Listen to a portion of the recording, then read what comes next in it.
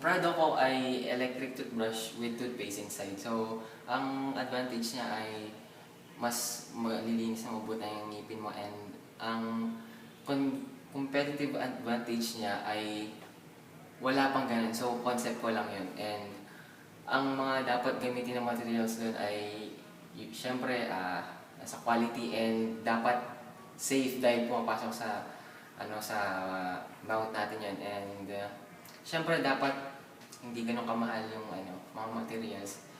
Pero at the same time, yun nga, dapat matibay and malinis.